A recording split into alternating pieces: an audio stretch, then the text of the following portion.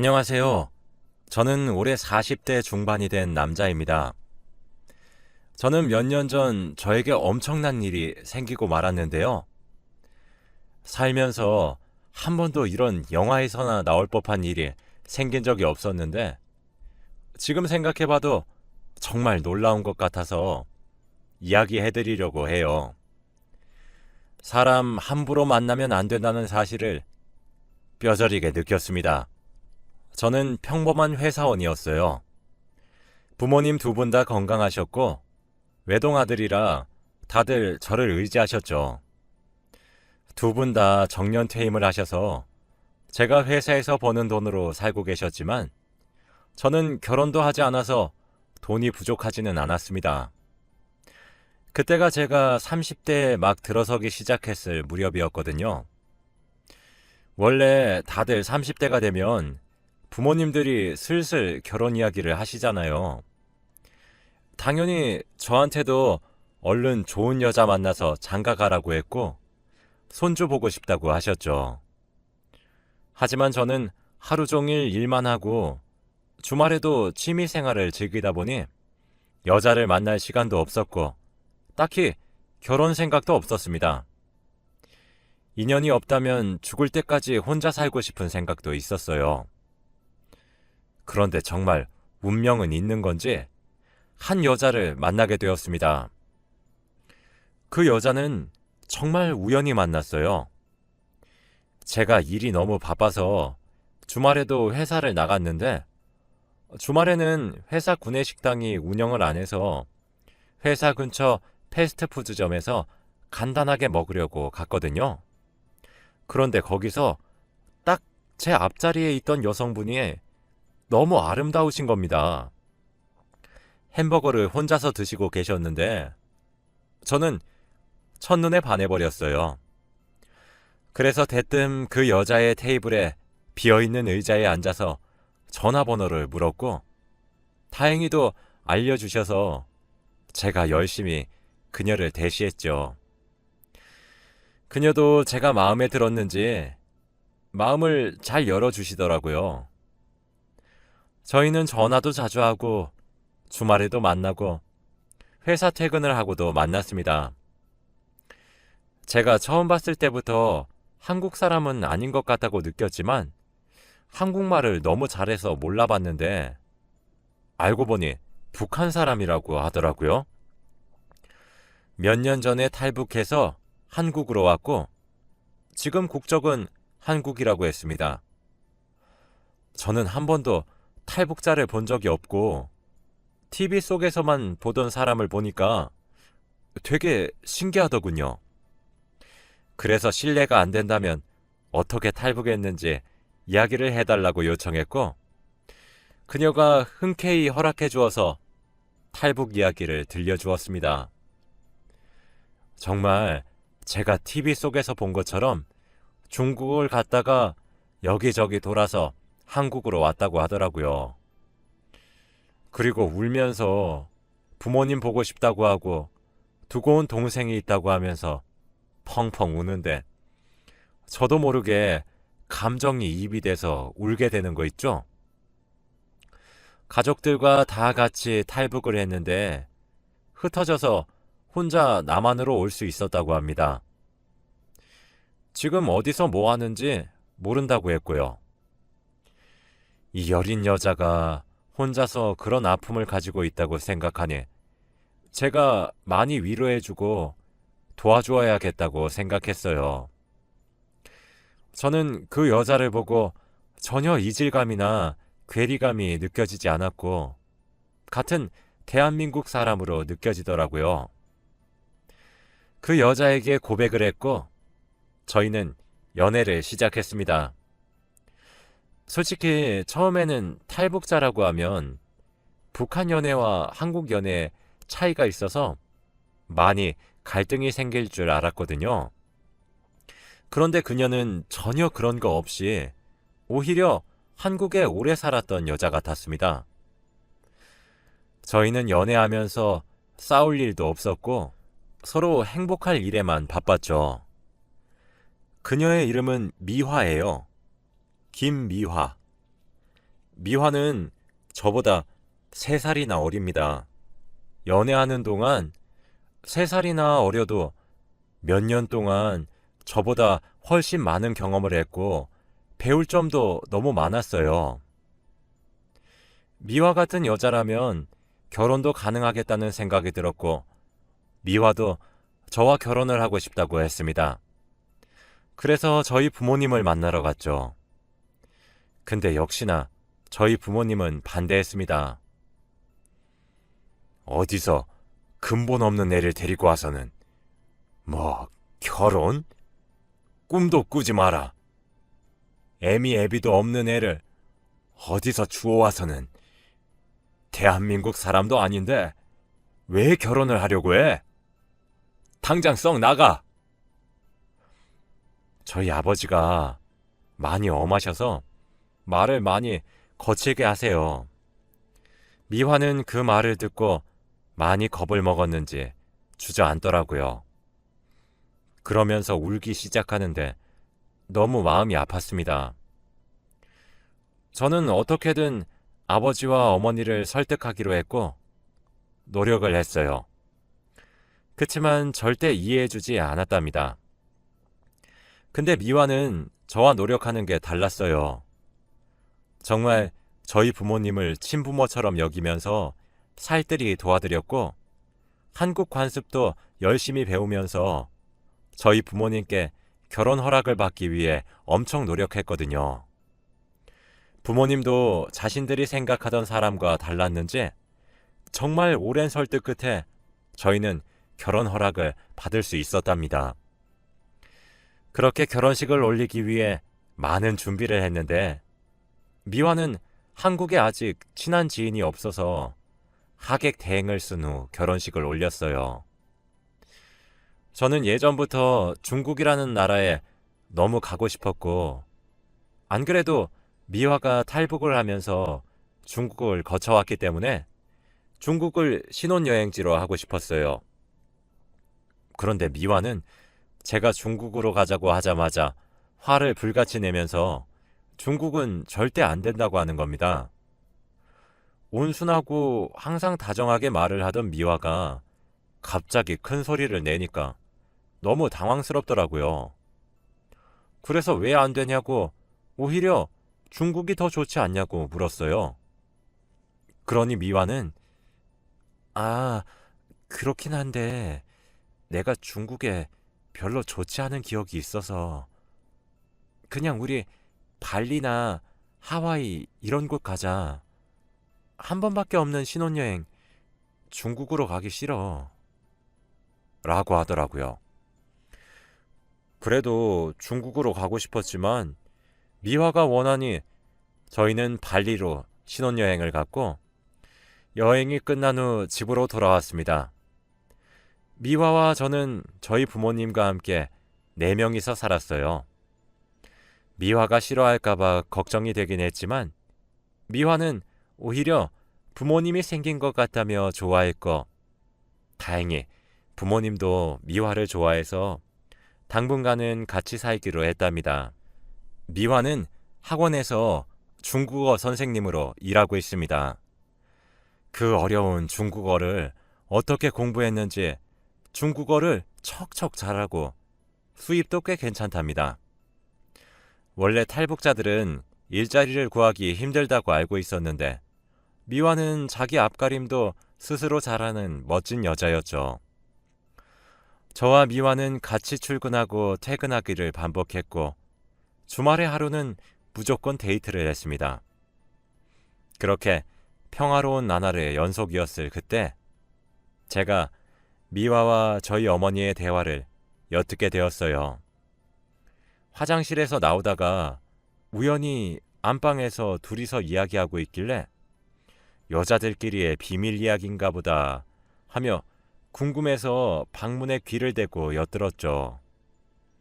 그런데 내용은 충격적이었습니다. 미화야, 너 정말 천재니? 네가 하라는 대로 했는데 나 어제 큰돈 땄다? 어머니, 제가 더 큰 돈 손에 쥐게 해드릴게요. 걱정 마세요. 큰돈이라니요?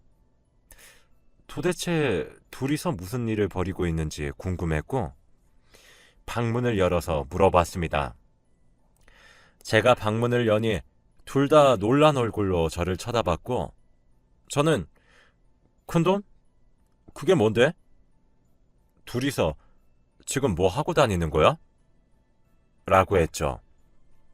어머니는 아, 아, 미화가 그냥 자기가 취미로 하는 게 있다고 해서 그냥 좀 알려달라고 한 거야. 라고 했고 미화는 아무 말이 없더군요. 알고 보니 어머니와 미화가 한 것은 불법적인 일이었습니다. 어머니는 미화에게 아는 걸 배워서 휴대폰으로 하고 있었고 미화는 아무 죄책감이 없어 보였어요. 잘못하다가는 어머니가 경찰서에 갈 수도 있는 일인데 탈북자라 모르는 것 같더라고요. 미화야, 잠시만 오빠랑 이야기 좀 해. 라고 하며 미화를 방으로 불렀고 이게 어떻게 된 일이냐고 물었어요. 그냥 내가 옛날에 하던 게 있어서 어머니께 알려드린 거야. 그리고 부자 되면 좋잖아. 어머니 집에서 심심하실 텐데 내가 이런 것 좀 알려드리면 얼마나 좋아.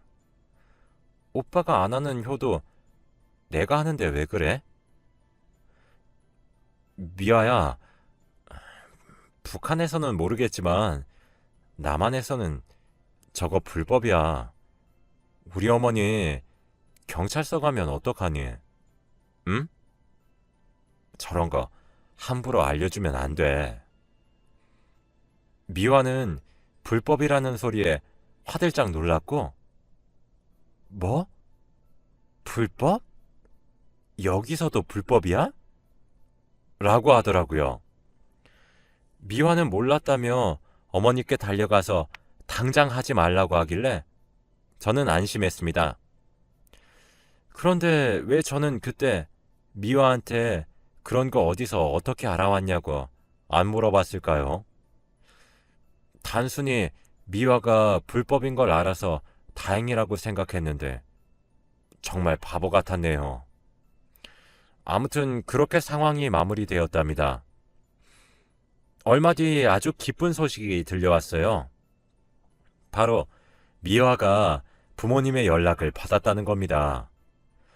제가 일하고 있는데 미화에게 급하게 전화가 왔고 받으니 미화는 기쁜 목소리로 오빠, 우리 부모님 지금 베트남에 계시대.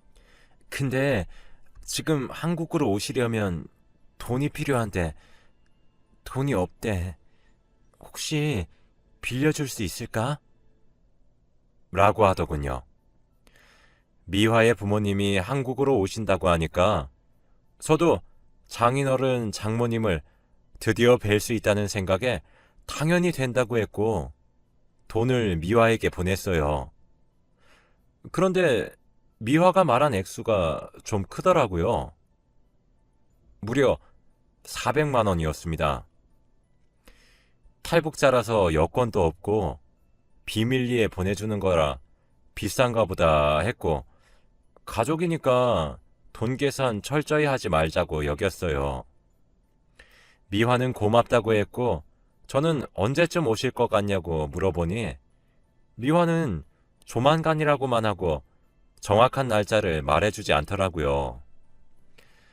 그래도 어디서 뭘 하는지 죽었는지 살았는지도 몰랐었던 부모님의 연락을 받은 미화가 얼마나 기뻤을지 생각하니까 저도 덩달아 행복해졌습니다. 그런데 미화는 저에게 이런 부탁을 한두 번 한 게 아니에요. 지금 부모님이 어디라서 돈을 보내달라. 거의 다 도착했으니 돈을 보내달라. 이런 식으로 부탁하면서 제 돈을 많이 빌려갔습니다. 아내이긴 하지만 그래도 제 돈이 어디서 쓰이는지도 정확히 알지 못한 채 이렇게 나가니까 조금 수상하더라고요. 그리고 미화의 부모님은 몇 주가 지나도 오시지 않으셨습니다. 미화야, 내가 보낸 돈이면 지금쯤 한국에 오셔서 너랑 만났을 것 같은데 왜 이렇게 늦게 오셔? 그러게, 나도 걱정된다. 우리 부모님 돈 받고 튄 건 아니겠지? 우리 부모님 그럴 사람 아닌데.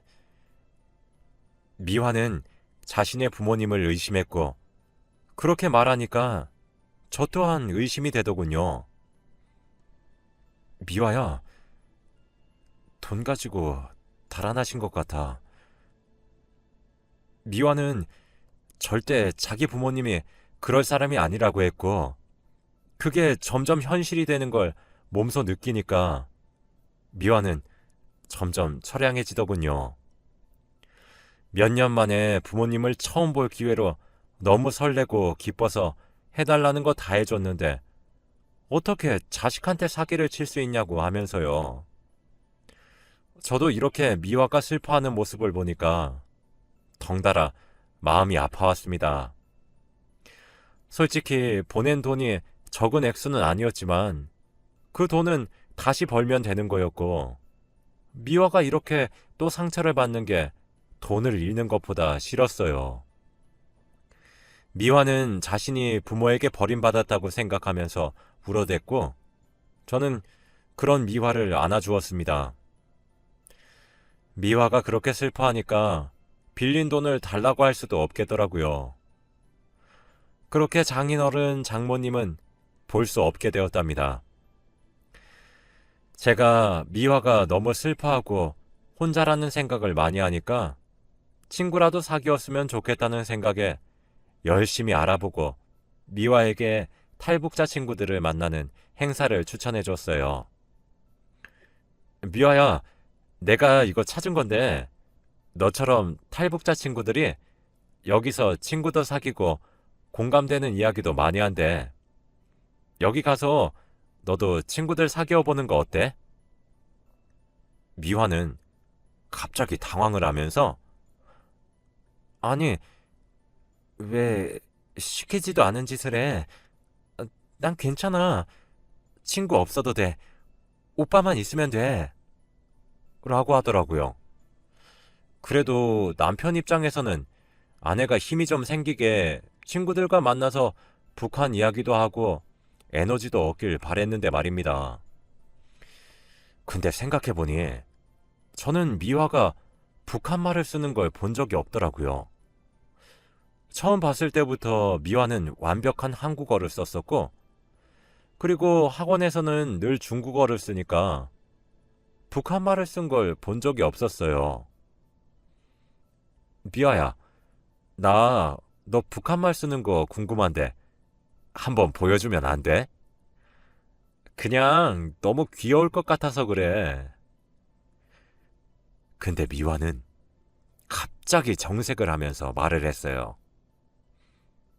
오빠, 나 북한에 대한 기억이 별로 좋지 않아서 그러니까 앞으로 북한 이야기 꺼내지 말아줄래? 그리고 나 북한 떠난 지 오래돼서 기억 안 나. 한 번도 미화는 저에게 정색을 하고 말한 적이 없었는데 그 모습을 보니까 왠지 모르게 섬뜩했고 제가 알던 미화의 모습이 아니라서 많이 당황스러웠어요. 그 뒤로 다시는 미화한테 북한 이야기를 못하겠더라고요. 그렇게 또 몇 달이 흘렀습니다. 그동안 미화는 학원 일로 되게 바빴고 저도 회사 일로 되게 바빴어요. 많은 사람들이 저희가 아이를 왜 안 낳았는지 궁금하실 텐데 이유는 사실 없지만 그냥 둘이서 있는 게 좋았고 일이 너무 바쁘다 보니 시기를 놓친 것 같아요. 미화랑 저도 아이에 대한 욕심이 없어서 계획이 없었습니다. 지금 생각해보면 그게 정말 다행이었던 것 같아요. 아무튼 미화는 일에 너무 빠져 살았는지 집에 와서도 일을 하고 있더라고요. 매일같이 중국어로 되어 있는 메일을 받았고 그걸 답장을 하는 것으로 모자라 누군가에게 계속 전화가 와서 중국어로 받았습니다. 근데 미아가 원래 쓰던 폰이랑 학원 업무용 휴대폰이 2개 있거든요. 주말 내내 학원 업무용 휴대폰에서 전화가 울렸습니다. 미아야, 누군데 그렇게 주말에도 전화를 해? 아, 우리 학원 학생이야. 모르는 게 있나 봐.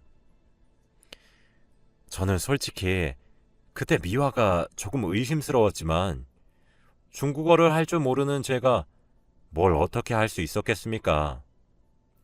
미화는 제가 못 알아듣는 걸 아니까 일부러 방에 들어가서 전화를 받지도 않았고 제 옆에서 받더라고요. 그래서 한 번은 제가 너무 궁금해서 전화를 하고 있는 미화 쪽으로 번역기를 돌려답니다. 미화의 중국어 발음은 학원 강사를 해서 그런지 또렷했고 번역도 잘 되었죠. 그런데 번역된 내용은 정말 충격적이었습니다. 그래서 얼마 벌었다고? 그래, 잘했어. 내가 곧 갈게. 내가 없으니까 돈이 안 벌리네. 내가 한국으로 도망만 안 쳤어도. 우리 아들이랑 딸 다 잘 있지? 라고 하는 게 아니겠습니까? 그때 갑자기 예전에 미아가 저희 어머니에게 불법적인 일을 알려주었던 것이 떠올랐어요. 저는 상황 파악이 안 됐고 그때 미화에게 번역본을 보여주면서 이게 뭐냐고 물어보았더니 미화가 당황을 하면서 손을 벌벌 떨더라고요. 아들, 딸은 도대체 뭐고 한국으로 도망친 건 또 뭡니까? 이게 꿈인지 현실인지도 모르겠더라고요. 그렇게 점점 현실인 것을 확신하고 있을 때 미화도 결심했는지 저에게 그래서 어쩔 건데? 라고 하는 겁니다.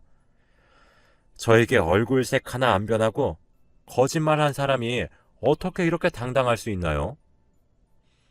그래, 나 탈북자 아니야. 중국에서 넘어온 중국인이었다고.